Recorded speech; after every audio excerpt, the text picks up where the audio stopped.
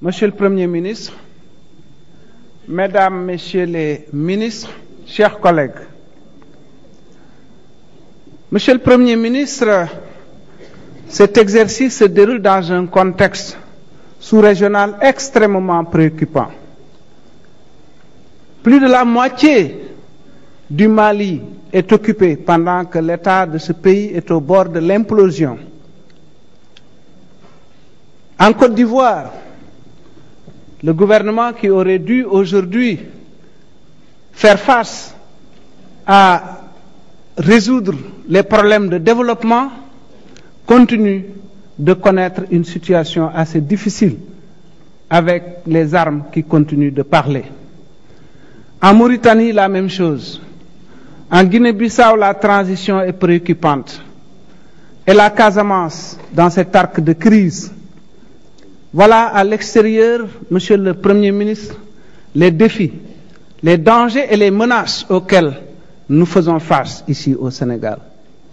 Intramuros, Monsieur le Premier ministre, vous avez les inondations, vous en avez beaucoup parlé. Le coût de la vie, vous en avez parlé. Le chômage et le sous-emploi. Monsieur le Premier ministre, j'ai écouté votre discours. Je l'ai comparé avec le discours du Premier ministre Moustapha Niasse, avec le discours du Premier ministre Idrissa Seck, avec le discours du Premier ministre Souleymane Ndéné Ndiaye et le discours du Premier ministre Macky Sall. Il n'y a pas de grande différence, sauf qu'entre-temps, le Sénégal a beaucoup avancé dans beaucoup de domaines. Ce qui reste à faire est encore beaucoup, mais ce qui a été fait n'est pas à négliger. Monsieur le Premier ministre, votre bilan a été très dur. Je considère que, tout en étant dans l'opposition, M. Macky Sall, Premier ministre, entre 2004 et 2008, a fait beaucoup pour ce pays sous le gouvernement du président Abdoulaye Wade. C'est pour la raison pour laquelle, en terminant, je souhaiterais que nous considérions que notre pays est un et indivisible et que notre responsabilité dans cette Assemblée est très grande dans le contexte actuel. Voilà pourquoi, Monsieur le Premier ministre, en terminant, Monsieur le Président, je voudrais qu'on aborde cette législature avec beaucoup de sérénité, avec un esprit constructif. Autrement, nous ne nous en sortirons pas parce que je n'ai pas vu dans ce que vous avez dit quelque chose qui soit nouveau par rapport à ce que nous avions dit. Je vous remercie. La parole est à notre collègue Madame Aïssata Tall pour 3 minutes.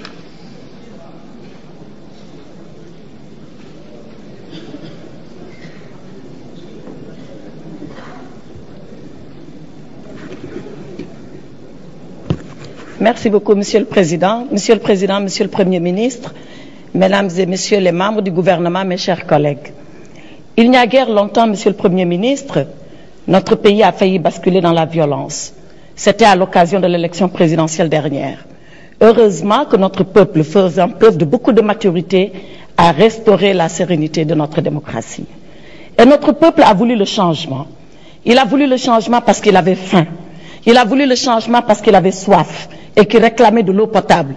Il a voulu le changement parce qu'il ne voulait plus d'inondation. Il a voulu le changement parce qu'il voulait sortir du wahwahet, du tâtonnement, de l'incompétence. Et voilà que le président Macky Sall a été élu sur ce grand espoir de changement. Le président Macky Sall a aussi été élu parce que le peuple réclame beaucoup plus de démocratie. Vous en avez parlé, Monsieur le Premier ministre. Et vous avez dit que dans le programme Yoonu Yokkute, la démocratie se veut efficace. Nous sommes d'accord avec vous. Mais pas seulement. Elle se doit aussi d'être moderne. Et pour que la démocratie soit moderne, il faut, Monsieur le Premier ministre, accentuer la séparation des pouvoirs. L'indépendance de la justice, on en a parlé. Ça ne doit pas être un slogan creux. Que feriez-vous pour réformer le Conseil supérieur de la magistrature, pour que les magistrats, sous le prétexte de nécessité de service, ne soient pas affectés au gré et à la volonté du pouvoir politique? La démocratie doit être moderne parce qu'il nous faut beaucoup plus de décentralisation. Vous nous avez parlé de la généralisation de la communalisation. Eh bien, j'ai une inquiétude. Avec quels moyens allons-nous assurer cette généralisation de la communalisation? Les communautés rurales étaient une particularité sénégalaise. Comment les supprimer sans laisser un vide à la fois social et culturel dans nos territoires et dans nos collectivités? Mais la démocratie doit également être irréversible. Elle le sera lorsqu'elle va se fonder sur un socle institutionnel solide, que notre constitution ne soit pas changée, agitée comme un chiffon rouge parce que le pouvoir le veut. Nous voulons une constitution ancrée, nous voulons une constitution solide. C'est ça qui va pérenniser la démocratie.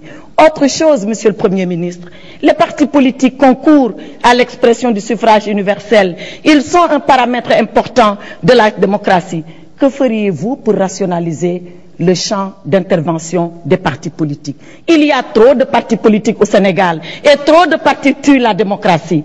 Il faut en assurer le financement, nous voulons en voir l'opérationnalité.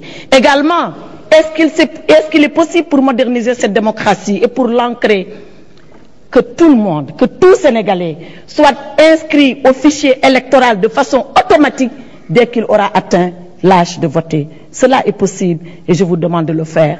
Enfin, la démocratie, c'est l'exemplarité. Vous en incarnez l'exemple vivant. Vous êtes courageux et honnête. Je vous demande de vous y engager et le Yoonu Yokkute sera la voie du véritable développement. Je vous remercie. La parole est à